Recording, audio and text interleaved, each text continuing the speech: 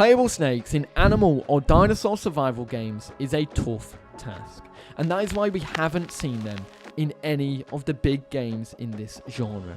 And that's until now, because Beasts of Bermuda has recently tested their upcoming Paleophis, which is an upcoming playable snake. And this is a big deal. This could potentially be a catalyst to revolutionize dinosaur survival games as we know it, and that's what we are talking about today.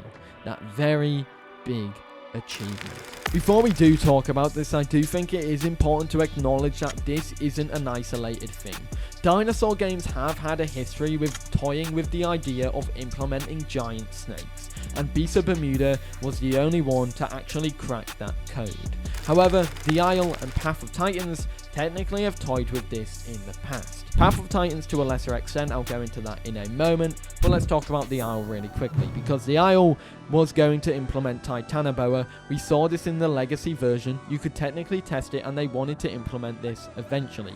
However, that's been put aside. But it is a fan favorite, and you will see posts every other year where people will comment, where is Titanoboa and when will I see it, or if it's still in development. And as I said, it's not just The Isle as well. Path of Titans has seen its own Titanoboa come to the game, but I do want to clarify why I think this is obviously more of a kinder than actually official, because this is not an official creature. This is a mod, and it's being brought to life by the Divine Beast team. And since it's a mod, I also think, unfortunately, this is very unlikely to be an official creature in any future stance for Path of Titans. I do want to say though, the Path of Titans Titanoboa and the Isle's Titanoboa have two main similarities. They won't be coming to the game anytime soon, and their gameplay style would be very similar. The Path of Titans Divine Beast Titanoboa is very far off in development. You can check it out in the Trello board for Divine Beast, their mod group. They have their own Trello board. It's at the very back. You won't be seeing this for a year or even more. The Isles isn't even going to be a playable, and even the developers said if it comes to the game as an AI, you're not going to be seeing it until 2028 at the earliest. But why? Why is Snake so hard to develop, and why did it take so long for Beasts of Bermuda to crack this code? And what set them apart? Playable snakes in any game possess challenges that will need to be figured out, both with the animations, coding, and ultimately figuring out the IK issues that come along with it. And I do think this is something that the Isle's developers have mentioned when they spoke about Titanoboa, namely the first 2 points, realism and movement.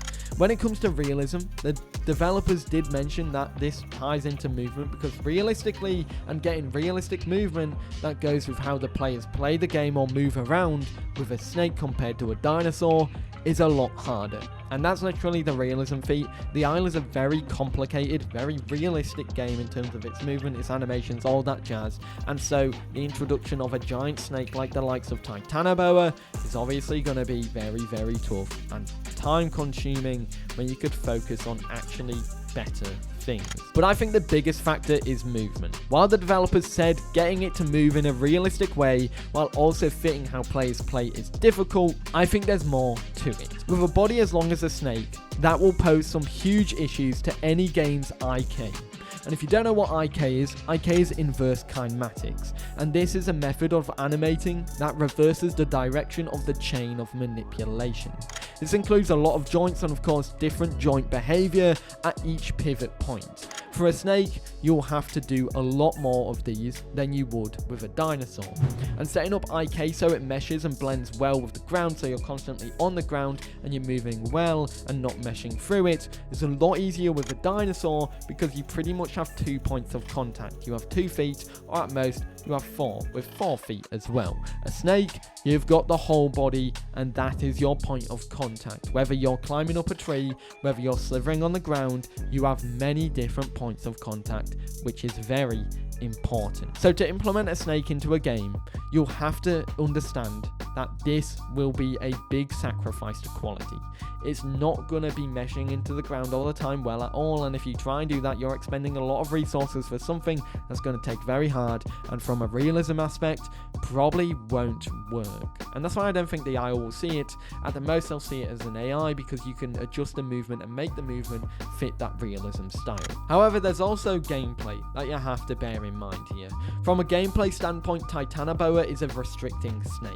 After all, it is a restrictor, but this heavily restricts its gameplay as well. Restriction is going to be a tough mechanic to implement. A lot of coding would be required, and you have to maintain gameplay for the process of restricting, the process of being restricted, and everything else to go with it as well. But what's more is, a snake adds a unique challenge because it's a wholly unique creature. It is completely different to dinosaurs or aquatics or flyers in any game, and it will be a whole new challenge for any developer because you have to treat it completely different in every single aspect, or you think you have to. And I personally think this is kind of where Beasts of Bermuda have cracked code. So here we are. The Paleophis is now coming to Beasts of Bermuda. They recently tested it, and I want to say, before I talk and yap here, I want to say that the Beasts of Bermuda Paleophis is incredible. I've played it myself, I had a lot of fun, and you have to embrace the jank. You have to embrace that this thing is going to be janky, but it works like a charm. You've got the mechanics where you can periscope, where you can go up and look around. Pretty much you have to attune it where, like, your body, how much of it is on the ground is how much, you know, you can take until you fall off. And I think that jankiness, of course, that comes with periscoping is something you have to embrace because it ties into the branch and tree climbing mechanics, which is very important for a snake. And I think they implemented it very well. However, I do want to say the Beasts of Bermuda team have been working on this for 2 years, sorting coding and working out the best way to get this out, or the best way to get the most out of it for the players. Saying that this has been the most challenging thing that they have ever coded and worked on in their lives. So how did they do it? And what's it like? Personally, I'm going to say this, how they done it is they've kind of blended it with a standard playable in the game. It's kind of like a mix between a dinosaur and a snake. In more aquatic gameplay, it's more like that of an aquatic that was in the game, like Kronosaurus or anything like that, right? They've kind of done it like that. They've had to take the strong points of each gameplay niche here. They've made it so there are 3 different species for it. You've got the land, semi-aquatic and aquatic, all with different looks, all with different gameplay styles. And then they went from there. They took the strong points from each respective niche and then molded it round the snake. However, I think the most important thing here is they went a different route compared to Titanoboa. Paleophis is not a restricting snake. It is a venom snake, and that, I think, sets it apart and made this more viable to implement than the likes of Titanoboa. Because obviously for Beasts of Bermuda's Paleophis, you can switch between 2 attacks, a venom bite or a dry bite that does more damage. And that venom mechanic is actually pretty new to Beasts of Bermuda, and so it's a whole new unique mechanic to this snake. The other thing that I think is very important is that the developers embraced that this was going to be janky and it wasn't going to look polished. And I think that is another massive reason, because I just don't think the other dinosaur games would embrace that. And that's why I think Beasts of Bermuda was able to do this so well. I think to round things up here, because I can do this for so long, but I do want to say the best way to experience this snake is when it is released, get Beasts of Bermuda and play it and give it a test. Because I do think that this is revolutionary.